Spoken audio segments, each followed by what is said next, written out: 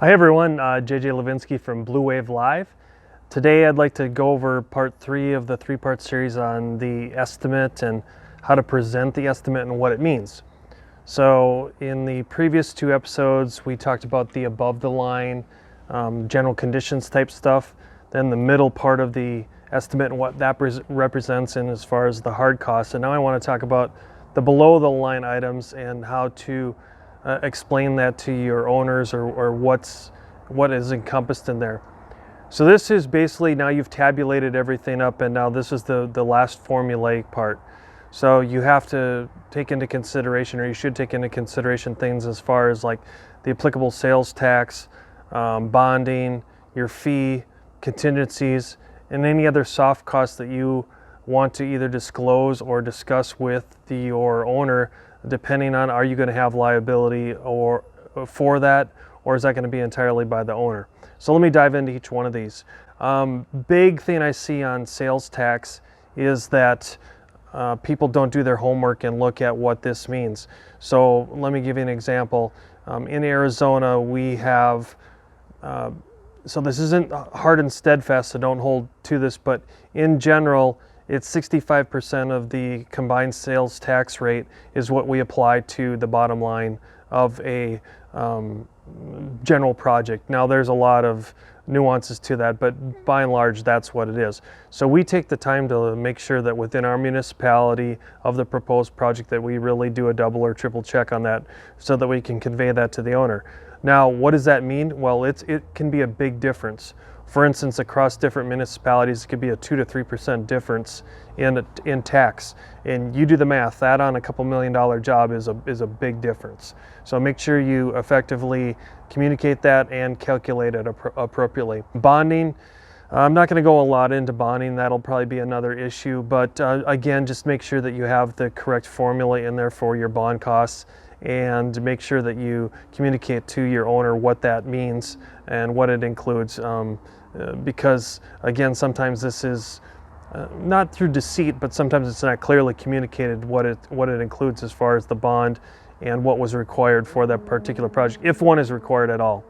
Your fee, again, this to me is a very subjective conversation. We talked a little bit about it as it relates to your general conditions and your top of the line costs. So we tend to look at the fee a little, well, I shouldn't say we look at it differently, because we don't. We tend to be more linear with this because we do a more defined job with the general conditions. So we're pretty static and pretty consistent across the board on the fee structure. And I'm not going to go into a lot of detail, but just again, make sure you explain to the owner why you have what's in there. It's a pretty easy conversation if you're not too high or too low. If you are and you play in that realm on the periphery, you better be able to explain why. Contingency. Contingency is sometimes a contested thing, but let's be honest, contingency is necessary on any project. Whether the owner's carrying it, whether you're carrying it, whether it's a hybrid approach where you're doing it in a joint solution, if you will, make sure that you identify what that is, why it is, and be able to talk around it.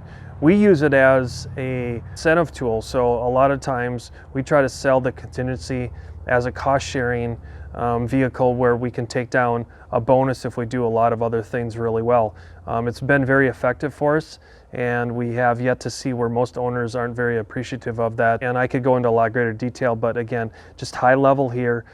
Use contingent, not for your advantage, use it for the project's advantage so that you're mitigating the risk for both you and your owner in that capacity. Insurance, make sure that you have the appropriate insurance calculations in there for your general liability and builder's risk. And then on if you're into different arenas, especially in the commercial market or the multifamily market, there's different wrap products that need to be clearly identified and itemized out so that everyone has a clear understanding of who's doing what on the insurance.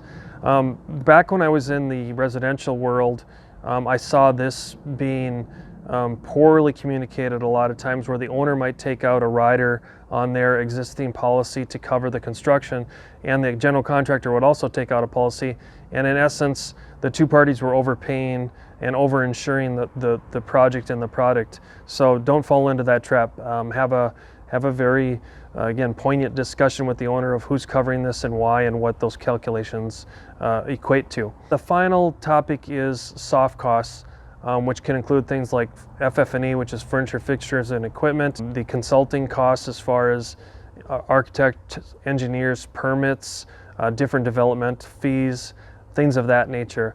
A lot of times, utilities are another big one.